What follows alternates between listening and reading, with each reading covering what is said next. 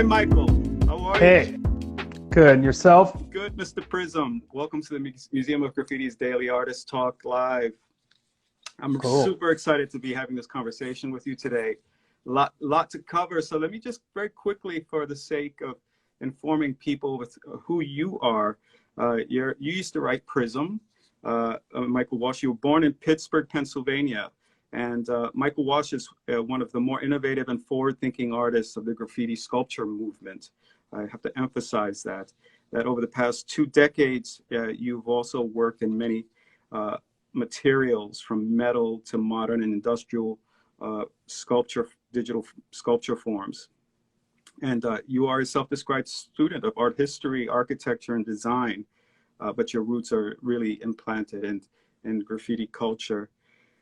And you've exhibited globally, including the International Sculpture Conference, the Carnegie Museum, the National Archaeological Museum in Florence, Italy, Burning Man, which is super cool, and the Art Gallery of Ontario. And that your works, both private and permanent works, have been featured in Architectural Digest, Magazine, the Toronto Star, Graffiti World by Nicholas Gantz. It's a very famous book we carry actually in the museum. And A History of American Graffiti by Roger Gassman and Caleb Nealon. So Michael, I want to welcome you, and I want to jump right in with you because you are very fascinating. Thanks, man. It's very flattering, everything you're saying, you know? Well, let's jump right in, because you are a mid-Atlantic writer, and you're part of I guess, second generation of Pittsburgh writers, I imagine, right? Is that correct? Yes. Yeah, that's correct. And that when we were talking earlier, you had mentioned to me you started writing about 80, 89, 90, and that you were influenced by that first wave of graffiti writers, Day and Smash Money, the versatile artists. Tell me about the early days of graffiti for you in the Mid-Atlantic. Well, we were on the street all the time, skateboarding and, just kind of being up to mischief pretty much. And probably around that time, fellow skateboarder, musician, artist, Brian Brick, who wrote Force One, kind of got me really into it. I'd always saw it all around the neighborhoods growing up. Buddha, who's featured extensively in spray can art and other things like that. And then artists like you mentioned, Dezez, Smash Money, Max and Boo, the Zebra Team, just things like that. I saw it everywhere, and it really influenced me, and what I would start, constructing as far as letters and an approach to, what I wanted to do more wild style. So, they were a direct influence. Very little is known about Pittsburgh in terms of its graffiti scene, but notably, somebody who's not a graffiti writer comes from Pittsburgh, who actually had a huge impact on the culture. That was Henry Chalfant. Yes, absolutely. And Henry's impact kind of ended up, vicariously getting back to us through Buddha, who learned a lot, coming to the Bronx, writing with Tracy 168. He brought all those influences here. Another writer from Philly, Raz, came here kind of closer to me in my neighborhood and influenced a lot of the writers. So we had a really direct line to Philly and New York styles that started to create a hybrid Pittsburgh style in the early to mid 80s. And, from there I branched out, really looked at like Tats Crew, T-Kid, lots of New York stuff, lots of Bronx stuff. I mean, too many to mention. Part, Dondi, West Coast, Dream TDK, all that stuff really got into my soul, and mixed with, this stuff from Pittsburgh, and kind of created my style. So one of the things that was interesting, you obviously were a big time freight writer, but you told me you really started on walls. Yeah, definitely. That was like pre-freight, you know? Right. And but you weren't again, some of these paintings, some of these works, you weren't always in Pittsburgh per se. I think it's important to note that you traveled quite a bit. Um, Yeah, yes, yes. Yeah, the first place I lived other than Pittsburgh was Philadelphia, but that was very brief, and I painted there when I was there. Toronto really would be the place that I went that got into me. I mean, working with Quest and painting with Insight and Case, TDV Crew, Quota, traveling up to Montreal, Chrome. I mean, there's so many to mention there. All those guys were just doing amazing stuff at the time, and they really influenced me too. And that was great. You know, later on, I would move to Florida, to Miami, but I wasn't really actively painting graffiti. I was more making art by then. The same with the Bay Area. I was in the Bay Area for a long time in Oakland. so what type of art were you into outside of the graffiti? I started out painting these really kind of, you know, expressionistic, I guess, or even like surrealist paintings. But, you know, it was always really separate my graffiti. I kept them very in their own lane. And I didn't really mix them together until 1997. And I had an idea for a project, and that's when finally, like, the two just kind of merged. And actually, that's the image there. It was the first sculpture that I had done, um, made out of steel. You know, it was supposed to be a one-off. And then here I am all these years later. I kind of just became a sculptor at that moment. So in terms of working with the material, what was the relationship that you found working with a material and letter form? What was that I guess that sweet spot for you? Why metal? It was, well, Steel City. I mean, we, unlike, you know, say you're from the Bronx, right? So you kind of like grew up in the rubble of, you know, like globalization. Well, here in the Rust Belt, we were touched differently. We were in the rubble and the remains of the industries that fed the whole rest of the country. So, like, my playgrounds as a kid were burnt out buildings and broken down warehouses and steel mills that we used to sneak around in and paint. And that became the place where we painted. And I felt like somehow I caught the ghost of that shit. I mean, it got into me, and like when the first time I picked up a welder, I thought it was going to make me blind. I was actually scared of it. But the minute I did it, there's something just clicked. And it made sense that a writer from Pittsburgh would work in steel or metal or something from this place that really represents its history. Right. And what I really like is that since you were a freight writer, you also did this piece, the Yeah, evolved yeah. piece, which it looks like it's torn off the side of a freight train. Yeah, we scaled. I went in and measured a Conrail boxcar, and I scaled it down two-thirds and drafted it, and then actually like found some broken up metal panels, and you know replicated what a boxcar would look like if you torch cut it and stole it out of the yard. Uh, you know, we even stole that shifter that's sitting there out of the yard. That was a mission. That thing weighed like 200 pounds, man. We were hurting after that. But like the word evolve being there was what I saw the art form both doing and what I felt like I personally needed to do and what the art form needed to do. I thought that we needed to go beyond the literal thing that had now been happening for decades and start to push that into these different areas. Yeah, that would be the piece that I did right around the same time. And so this what I like about this PRISM sculpture, now you're making sculpture and fabricating sculpture to be specific volumetrically. Yes. Not just that it's your name and you're doing this kind of, you know, high abstraction with metal, but you've incorporated televisions and video on this piece. So you're really Yes. reaching with this one. Yeah. I hooked up with these guys from Japan that I was working with, like around the electronic music scene, and I was inspired by their live video mixing. Actually, Get Funky Monkeys on there. He was one of the guys that was down with that whole scene. He was a lighting Nice. guy back then, and well, I wanted to sort of collaborate with them, so I went out and shot all this imagery of like city streets and train yards and like machines and all the things that were part of my environment when I was writing, and that became this psychedelic imagery that was in those television sets.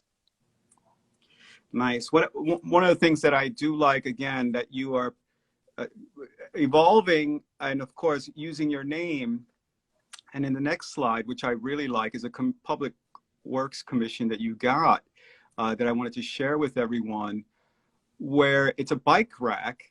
And really you were very sly about this, about including your name in this particular bike rack. Yeah, that was a get over. Fill us in on that. I love the story behind this piece. Well, I mean, it was kind of like, if I wish Steve Powers was on here because it was kind of like a score I had to settle. He was kind enough to come here and be in a show that I curated at a gallery, co-curated, in 2000. Well, I don't know when that was. I don't want to start dating things, but he had been edited by kind of the arts organization, and I had always kind of held a little bit of a grudge about that because he was you know, kind of, really frustrated about that as I was. So there was a commission for a bike rack, and I saw it ultimately as my way to kind of get some recompense and also, get a good laugh out of it and also sort of bomb the system. Hiding the word in it, which they were unaware of. I effectively tagged their cultural district, and you know, they are not very graffiti friendly. So they saw it more like a 50s Eastern European sort of influenced piece in the forums. And I, of course, was like, yeah, sure. Yeah, that's exactly what it is. And it's there, and it's on permanent display, like in the middle of the city now. So like I effectively have a big tag or burner up made out of steel, and I don't know if they're aware of it, but I think it's a good graffiti story. I don't know if anyone's done that before, but I encourage you to do it. So I want to move on to one of my favorite works that you've made, the S-curve piece. This is a mild steel sculpture. It's a large-scale sculpture. It's a volumetric sculpture, and it's a deconstruction of the S, something that you've often come back to in your work, deconstructing the letter S. This particular piece is fantastic. This is a Thank you. classic Thank you. graffiti sculpture, well advanced. What year was this? It was completed in 2012. So tell me about this evolution of your work, of going from flat to something like this that was, you know, well advanced to anything that was being done at that time. Well, we have to go back to phase two in his piece at the Javits Center, which you and I have discussed on many occasions. When I saw that in IGT many, many years ago, that just was like, oh shit, you can do that. So, phase two has inspired so many people over the years. So, RIP, I want to give, mad props where it's Absolutely. deserved, to the legends of this art form as we carry forward their vision. Um, so I kind of like was thinking about that a little bit when I started putting this together. The reason I choose the S is it's just this really amazing form in the way it moves. Um, and I see it transcending letter. Also, someone had mentioned to me years ago that when asked subconsciously, a lot of people like that. Quest Money.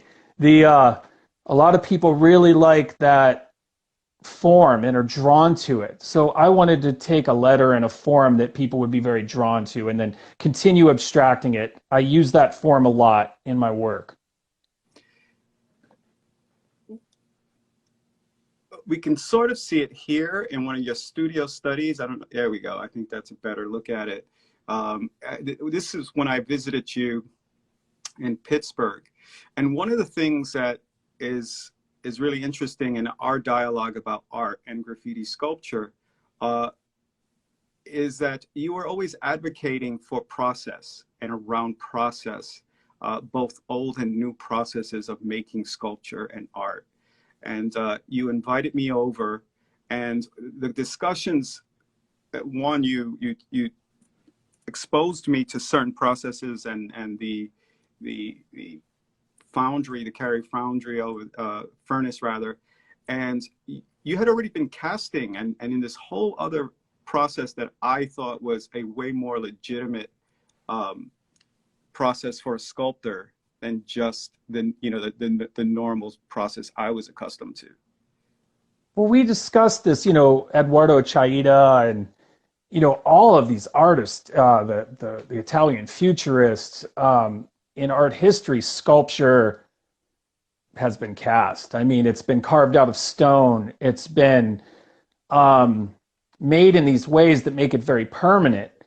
I thought your work would translate beautifully and wanted to encourage you, and have tried to encourage other graffiti artists to utilize some of these avenues that I've created and explored. And I think their work would translate beautifully to it.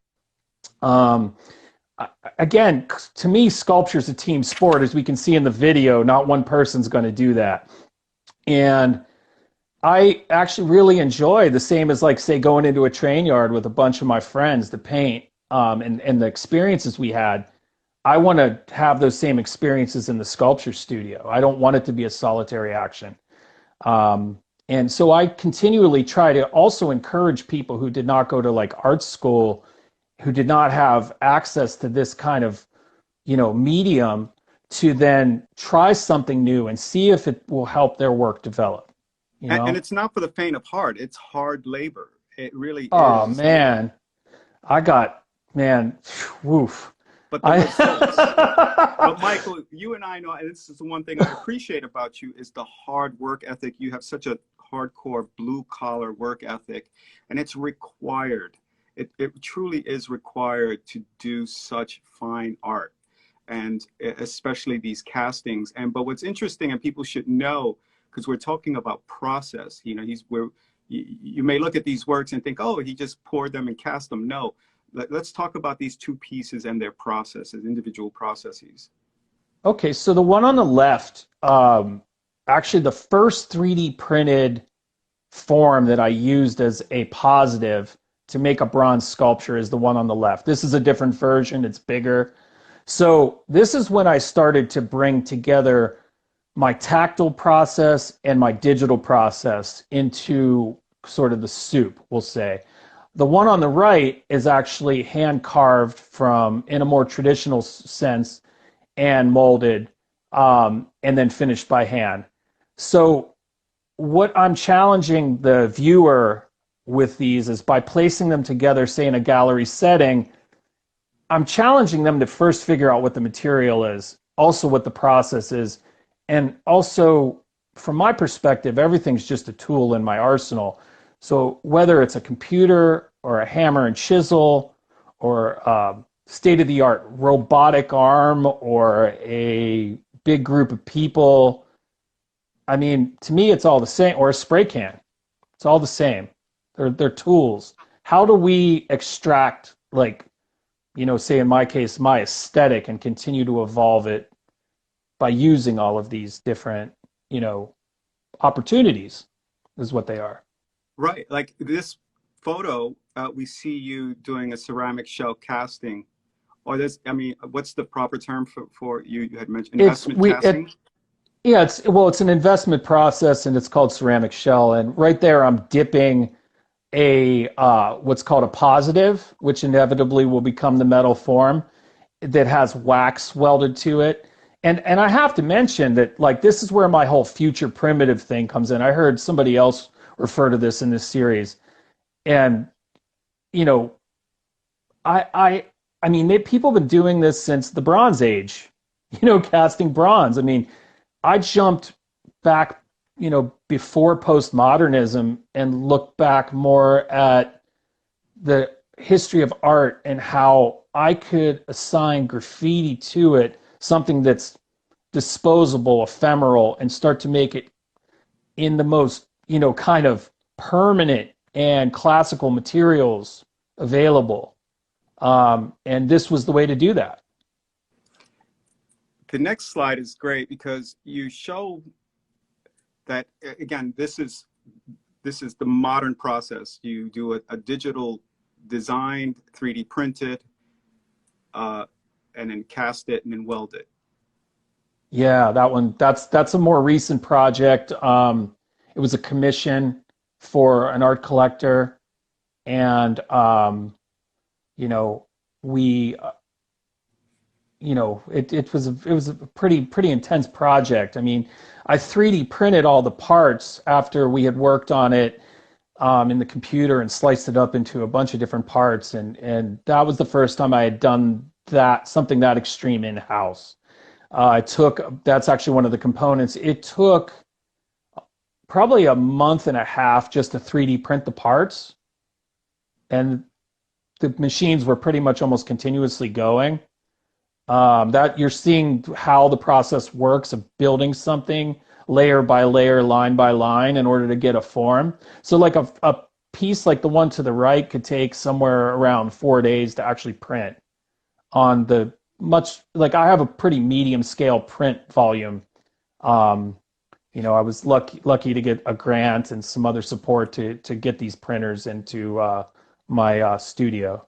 One of the things I like about you both as an artist and as a friend, you advocate for the use of technology to make the process easier for yourself, so you could realize it differently, and so that you could imagine your work in both in a material process that's new and different, but also to have you thinking differently about the outcome of this work. Well, yeah, I mean, the piece here, this was the first one done. Actually, he logged in here, a longtime co-collaborator, Elliot Shields, a brilliant 3D modeler, helped me do this before I had any ability whatsoever with the computer. He was very instrumental, and that relationship was very instrumental. And as you see, I keep going back to like our collaboration, my collaborations with Elliot. I mean, these are collaborations like a musician would have with a producer, with other musicians to create an album or an end product. That's what I keep going back to sculpture being a team sport. It requires different minds, different skill sets, different visions. Those relationships can become very difficult and tenuous because especially when you're trying to create something at this time in 2012 that was really on the cutting edge of, what you could do as a sculptor. It wasn't common to be using these tools at that time. As you're venturing down this uncharted territory, and you start showing these works to your contemporaries, whether they're graffiti writers or just artists, studio artists, what kind of responses are you getting about, working with this new technology? Mainly good. I had some backlash from a few people, but I even thought their insights were really good. Some people think that once you breach that it's kind of like a no-no. But Charlie Christian, when he plugged in an electric guitar and recorded an album, I mean, all the traditional blues guys were like, that's not the blues anymore. And then, a decade and a half later, so we had like Chuck Berry and Jimi Hendrix. So I guess what I'm saying is like, this opens up Pandora's box of possibility.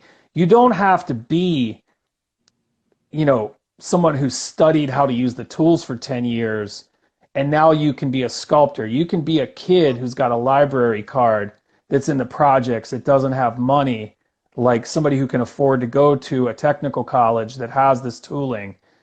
And you can give your insight and your input into the world of sculpture, which will bring different stuff out. That's why I keep encouraging graffiti artists to jump on this, because most of us, we steal paint, and that's how we became artists, because we didn't have money or we didn't have those opportunities. So that's that's part of this mission for me.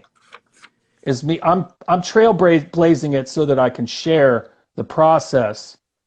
Like anybody could hit me up and I'd be really happy to tell you how to do this because we didn't know how to do it in the beginning. Right. We had to fuck a lot of shit up, man, and not come out. It was expensive and it could be very demoralizing at times, man. Yeah, and going back to process, because it's not just 3D printed machines that you use. In this particular piece, you use a CNC machine. And Yeah. this is the Interstellar series. Let's talk about the series because this is a really fascinating one because it really kind of lends itself to the industrial nature of Pittsburgh, your interest in contemporary architecture and modern design. But more importantly, again, I always bring it back to process. You're a process guy. Tell us about how you arrived at this series.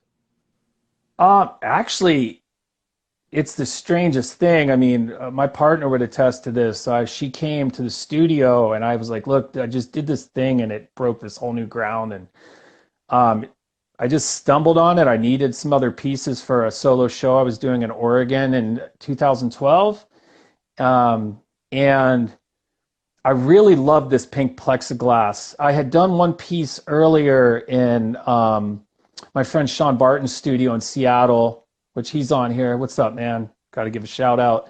Um, and I really liked this material. We had found it at an old sign shop that was going out of business that was willing to give us this material. And it creates these like panes of color that project on the piece as the light changes around it. And the form underneath it that's more three-dimensional and architectural is more akin to processes I learned making foundry patterns. But if you look at them, this one, for example, is called topography because I look at it almost like what architecture would read like if you were flying over it in a helicopter or something like that, or a plane. And, the one on the right was actually handmade. And it told me, hey, why don't you learn this computer program and learn how to make these also so you can scale them and play with another different process in the computer. So on the left there, you can see it being CNC milled by Cerebral Concepts, he's amazing, the guy who made that. You also made a beautiful marble sculpture and employing CNC machine, but it's a bigger story than just that, right? You were in Italy doing a residency. This is a phenomenal piece. Tell our viewers of this particular project. Well, this is what started our conversation. You remember Christy Zappon was trying to hook us up for many years, and then finally I got a message from you. I'm like, cool, because I'd wanted to talk to you for a long time as someone I looked at as my contemporary in this, making sculpture out of the graffiti thing, and someone who was for real with it. This was carved on a 7-axis robot. I was very lucky to be invited to the Digital Stone residency by Robert Michael Smith, who's a pioneer in digital sculpting and an amazing sculptor. He's been a great friend and mentor to me. And this piece, once again, dissecting the S, was modeled and then sent over and carved out of a solid block of marble, which was harvested from the Italian Alps. And when I got there, it's very intimidating. I'm like, I'm going to screw this thing up. I had never worked with stone before. And I just, I was intimidated by it at first. It took a day or so. And then I really dug into it. And it took me about 30 days to carve all the facets you see because it was very much roughed out. And I was lucky enough to have Italian artisans that some of them were 4th and 5th generation stone carvers. And, the respect that I got from them as a fellow sculptor in Italy, where sculpture is like, that's what's up. I felt really honored and humbled by that, and also had learned so much through their tutelage and this opportunity. Yeah, and this, just so people know that this is the same uh, uh, quarry that Michelangelo would get his marble No, in. not the same quarry, but the same region where Mhm. a lot of the marble had been harvested for significant works, including Michelangelo, um, the, you know, monuments of Rome. And I see Carolyn Frischling on here. She also attended the residency. Um, so yeah, I mean, I was walking down the road of history. Then, of course, the object was shown at first in Pietrasanta, which is where Brancusi and Osamu Noguchi worked together. And I mean, on and on and on. And like, so I felt really honored as a graffiti artist to have this very unique opportunity where I'd always been boxed out of academia and opportunities like this. A lot of times the aesthetic was too aggressive or something was amiss or graffiti was dismissed as this, lowbrow sort of thing. But here I am working in the most classical material in the most significant sculptural region in the world, probably close to, if not the most important one. And, being able to have a dialogue with people that were not, don't know anything about graffiti. And they were really excited about it, man, because it was something new as a fresh look at what, is their primary practice. I want to jump back to the Interstellar series. And when I was talking to you earlier about them, particularly the wall relief, to me, it really looks so much like your style writing. Like it's just lifted off the last pieces you were painting, the bits and pieces and the odd shapes. But Absolutely. yeah. So tell us about how you started bringing this series into the round as opposed Whew. to a relief series. The first two were relief. Well, no, actually, the first one was relief. Then there's a couple other ones, kind of. But the one to the right was the one that really broke it wide open. I just wanted to carve wood. I don't know why. I just had a bunch laying around and I started making that. Though that thing looks nothing like it's made out of wood and terracotta. Like, and that's too became a pursuit. How can I make things out of materials that someone won't be able to perceive what it actually is? They'll think it's something else. Sometimes I get plastic. Other times I get all of these different materials that people think they are. Like that blue sphere is actually a terracotta lawn ball.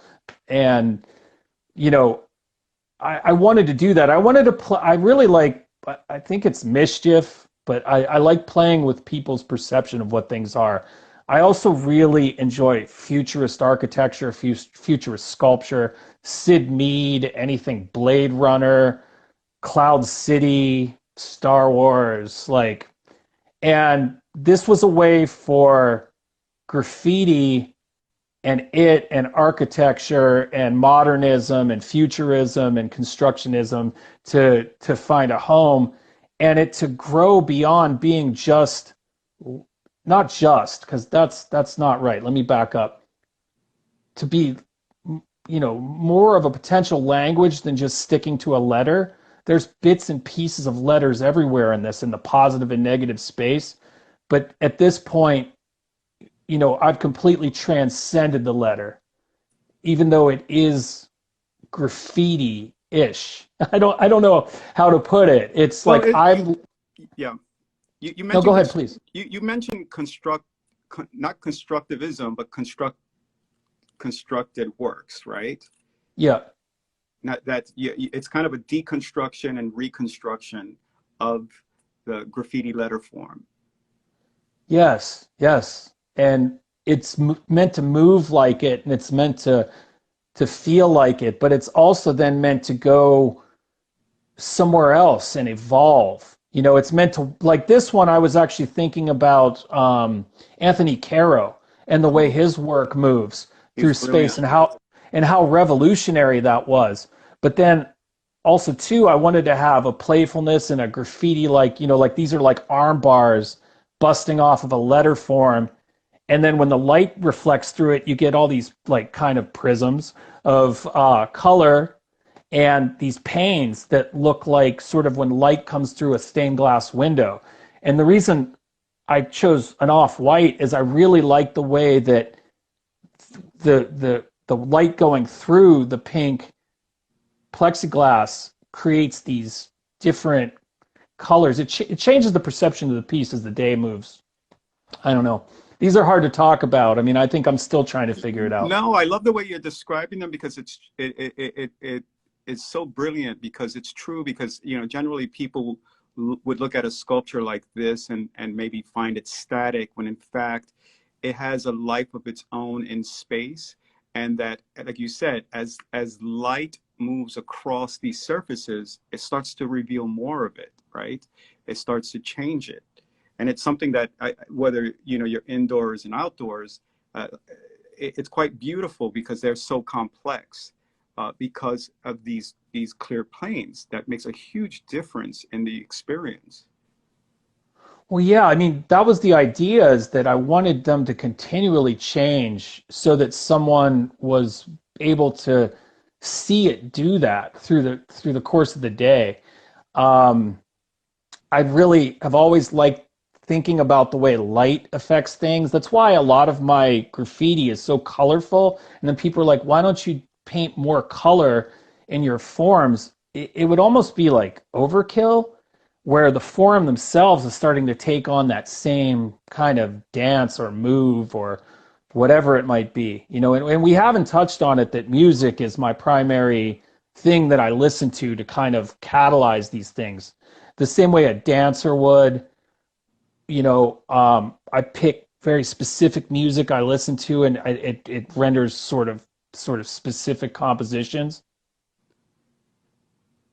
There's another So one. yeah, well, that's the one. That's the opposite view of it. And this one too brought together, when we were talking about bringing a bunch of processes together. All those round things are cast iron, and the rest of it, the white parts, are made out of steel, fabricated and very painstakingly ground and polished to look as though they have always been one thing. Um, it's very laborious, and I was very proud of myself to have really tricked a sculpture professor who thought this was actually digitally rendered when he walked up to it, because I had put so much detail into it. And to be able to correct him about that, a trained eye validated my interest in trying to play with people's perception of what these things were made out of, or how they were made, or why they were made, or whatever. Going back to what you were saying before about minimizing color use and being overly decorative, I appreciate that, because I think form, well-made and designed or fabricated forms in themselves need not too much light, and Brancusi was brilliant at that with his sculptures, that light was an element, the air was an element, and you could see that Absolutely. in the works that you're doing in your open spaces, and of course how the open light affects these spaces. And as we think about, well, you and I discuss your work, one of the things I think about, in terms of open air and open light, this one project you did was a very special project in open space and open light, and it was at Burning Man. Yeah. The Cosmic Carousel. This is quite an achievement, and I want you to share with us this amazing story about this giant sculpture. Wow. Okay. So this one, this is a real one-off, though it is my aesthetic.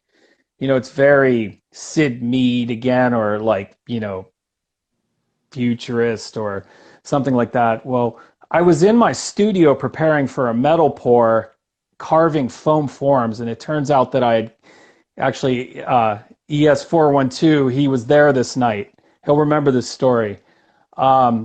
A half circle or a hemisphere was glued on that was actually much heavier than the rest of the form. And, we're doing what you do. It's late at night. We're smoking joints, drinking beers, talking shit. And I throw the piece across the table and go, look, I'm magic. And it spun around on this hemisphere and stood up. And we were like, holy shit. And it was like one of those moments in time. So out come the fake trees and the GI Joe figures or whatever we could get our hands on, and we'd start playing with it. And I tell Elliot here, who's on here, I'm like, I'll be at your house in 2 days with the flat drawings, and he's a 3D modeler and animator. I was like, can you animate this thing? I'm going to build this thing big as hell and take it to Burning Man. He's like, you're completely out of your mind. It's like 5 months away. There's no fucking way you can do this. And I will say he was right, and I shouldn't have, because it was like the craziest thing that anyone that I you know, just timeline, everything. It was ballistic. How did you manage to fund this?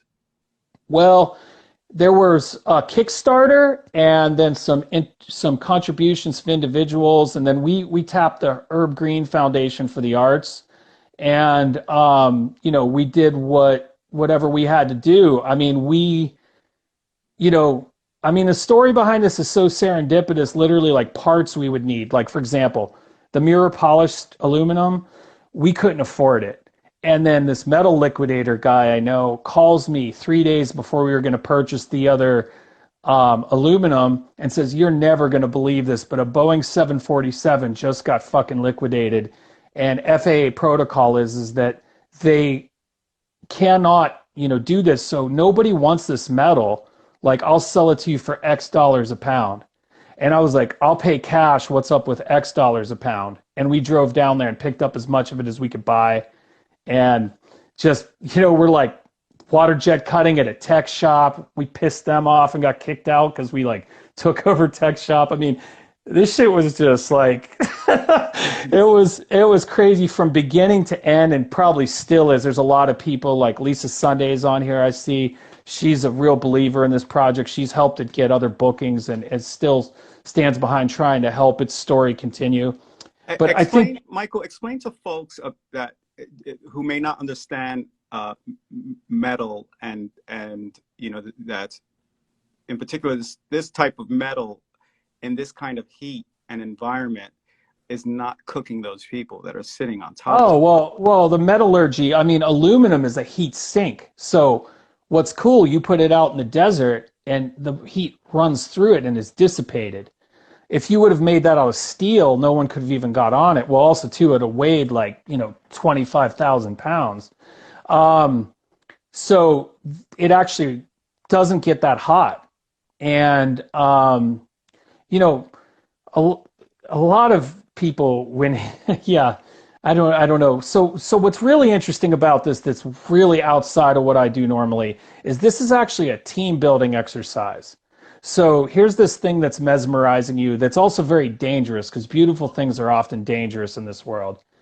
And all of a sudden you get people creating this mini culture on it that is akin to the ideas that Burning Man proliferates.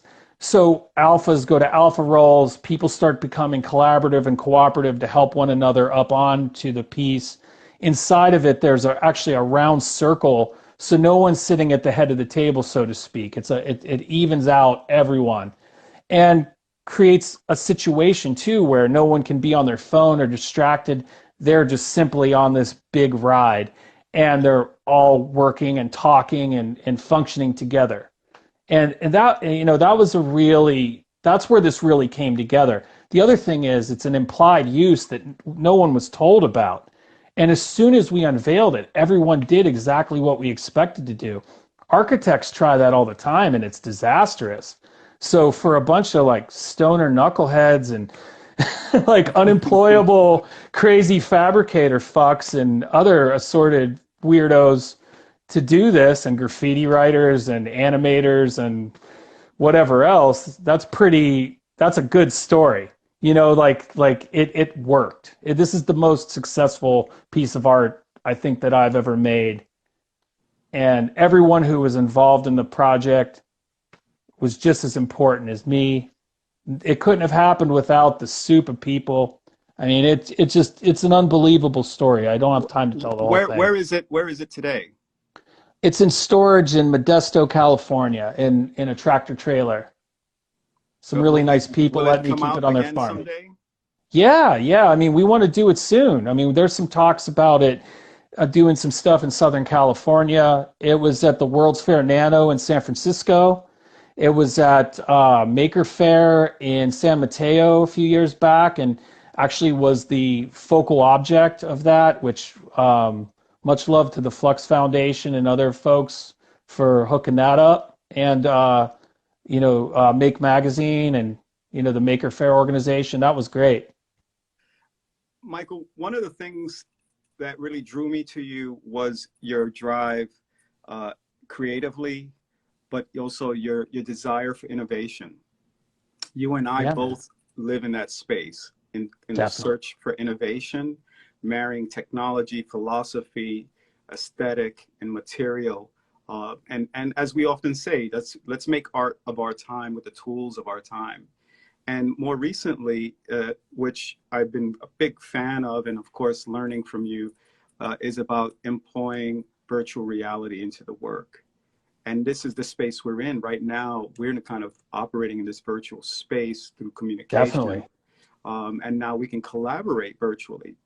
I want to share with everybody his process because it's quite fantastic. And here we go. I want to share your virtual reality process. I could get you those threads if you really want to get them, man. I mean, they're hard to come by, but So I want people to notice that while he's utilizing a virtual reality software, that he has 3D printers next to him as well. yeah, not anymore because they'll make you sick. Got to get So them in a different explain room. to me this process now for making something tangible from something intangible, just This drawing in bring space. this brings it all together. Like again, this was another thing. The project you saw where I was in a motion capture lab. Matt Cornelius, who at the time was at the New York Institute of Technology, and Robert Michael Smith. Um, Robert thought I'd be perfect for this, in that, I had done a lot of psychedelic experimentation early on in my painting that had become a big part of how I conceive making things. When I went into virtual reality, it was immediate. Because I already kind of understood how to navigate a strange space like that. I remember, for example, like the first time I went in, they left and went to lunch, and they came back and they're like, "Dude, how did you get out of there?" And I'm like, "No." And I had been in for 4 hours, and they're like, "Nobody's been in that long yet." And I'm like, "I feel completely comfortable."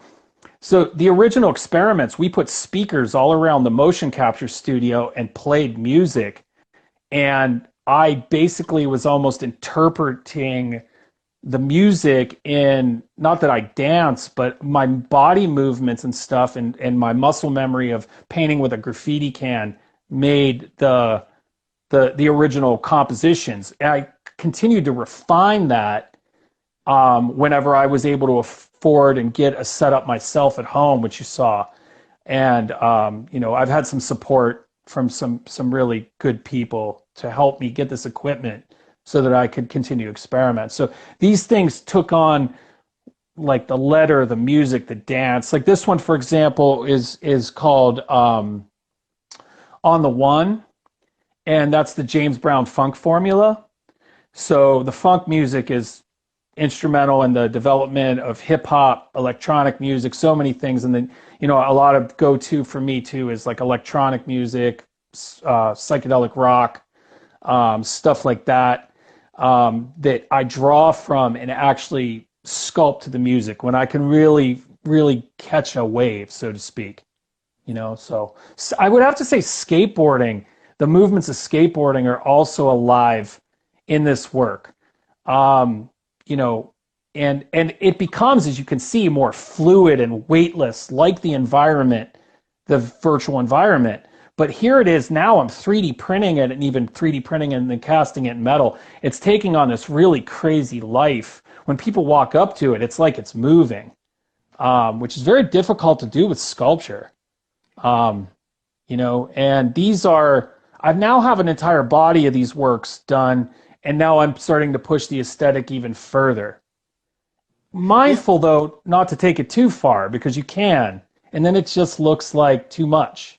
So that's the hard part, is knowing when to finish, you know?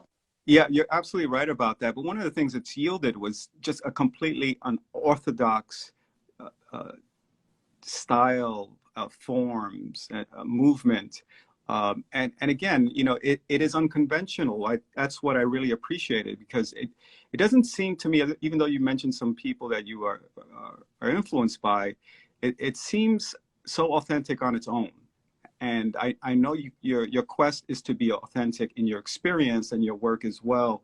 And that's one of the nice things that these tools are affording you, to experiment and go places where perhaps no one has gone before.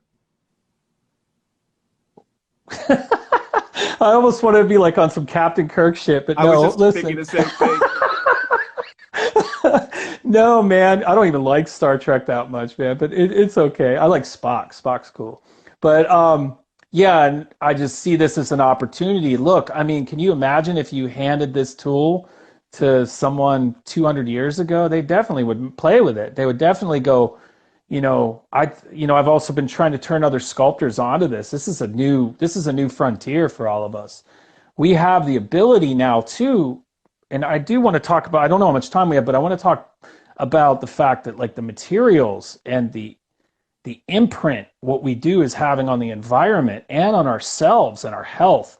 Like sculpture materials are terrible for you. I mean, I've gotten sick a few times from it. Now we can create these works in a virtual space, share them on all these different mediums. We can keep ourselves out of a toxic environment until it's time to actually use those tools. We can create less litter and waste, which I started to become really aware of watching all the garbage cans and dumpsters leave. I'm just like, spray cans on the train tracks. After a while, you're just like, man, come on, like, But is it satisfying enough for you to create something in virtual space, uh, or even AR space, comparatively to what, the labor produces, the yes, tangible good? yes. And I've explored labor, and my aging body is telling me, hey, dude, like maybe not this season. And that becomes a thing. Like, youth is wasted on the young, as they say. So now that I hopefully have a little more wisdom, how can I apply this? And the cool thing about this too is if a collector walks in and says, hey, I like that piece, but God, I wish it was 2 inches or 5 inches smaller. It would fit my atrium. We scale it down and go, here you go. So it also has a commercial response. It has a responsibility to a lot of things. And through pioneering this and with library programs and things like this, once again, someone who traditionally wouldn't be a sculptor, someone who's good at playing video games, I can say, hey, man, make a sculpture and it's going to look really different than what other people are doing. And that's exciting too. I don't know if I answered your question. Maybe I No, but that drifted, makes but sense, Michael, because that builds on something very important about where young people are, and when they are, in engaged in the matrix, let's just say, whether it's a Sim City type of experience, or something like that, where they start building and constructing environments, right? And so the future is theirs in that regard, that they're going to have these skill sets and memory of being able to build and construct in very rudimentary ways, but the tools are there for them to play. As you say, this kind of democratizes everything, because absolutely, man. Because like it's the Pro Tools from that the music industry got that made you be able to make an album that was worthy at home for like a little bit of money. And now we have it for sculpture or whatever else we want to do with it. And I think that that's what's so cool about it. And the fact that you can be in Miami, I can be here in Pittsburgh, and we can jump on a sesh together and work in virtual space. I mean, look at how that can apply right now to this particular situation. yeah. It creates these new avenues and these new perceptions of Right. And what can you could, happen. right. And it's about streamlining a process, automating a process, and manufacturing a process, which in the final moments, as we're closing out, this idea, this reality that we find ourselves now, where things have to be automated to engage and serve the crisis we're in. You took time to, um, 3D print parts for masks and things like this. How are you coping with Corona? How is that affecting your work, your Well, here, career? Yum Chow made these too. My partner, Julia Drazik, she designed these masks. We both felt a social obligation to pick up where our fucked up government that doesn't do shit except talk shit. Like, that's where I'm coming from. Like, that they should be making sure that everyone is healthy and safe and has what they need, and they are not. So, as someone who had the tools, as a maker and artist and all these things, it would have been, I think, disrespectful to our first responders and the people being put in the line of fire, our nurses and our doctors, to not use those tools to try to help them get the things they need. And I think a lot of people, I'm not patting myself on the back, man. It's what you do in the dark, not in the light, that makes you who you are. And, as you remember, I was even like on the fence about talking about this, but this was our response to trying to be helpful to the people who would keep everyone safe and healthy. And there were a lot of people here regionally, and there's networks all over the place, like in New Jersey and the Bay Area that I was communicating with. We were able to send some stuff out to Hawaii to a friend of mine who's a nurse. This got a lot of people talking, and this is the failure of leadership that this world needs to cure so that we can have a better reality for everyone. And that's all this is about. Thank you, from Michael. my perspective. Yes. What a beautiful way to end this conversation. Thank you for sharing your amazing work with us, and also these processes. And I hope somebody out there is inspired enough to contact you. Well, thank you, man. You have been my number one support and friend, and thank you for this, and thank you to the Museum of Graffiti and everybody on here. I see a lot of my friends and a lot of other people I don't know. Thank you very much for checking this out. Really appreciate it. And so with that, I want to say thank you and thank everybody who joined us today. Tomorrow, we're going to be joined by West Coast legend Create. WCA is going to be in the house. It's going to be really fantastic. So again, Michael, to you and Yum Chow, I send you my regards, my love. Thank you for sharing all your work and your wisdom with us. And again, folks, check us out at themuseumofgraffiti.com. Check out our programming. Download the coloring book. By the way, you're in the #4 coloring book, so that's pretty cool. Color outside the lines, man. There it is. And so check out what we're doing and how we are managing to stay afloat. We are accepting donations, but we're also accepting, people who want to buy artworks from other artists and books and things like that. And as you know, Michael, we are doing the best we can with what we've got.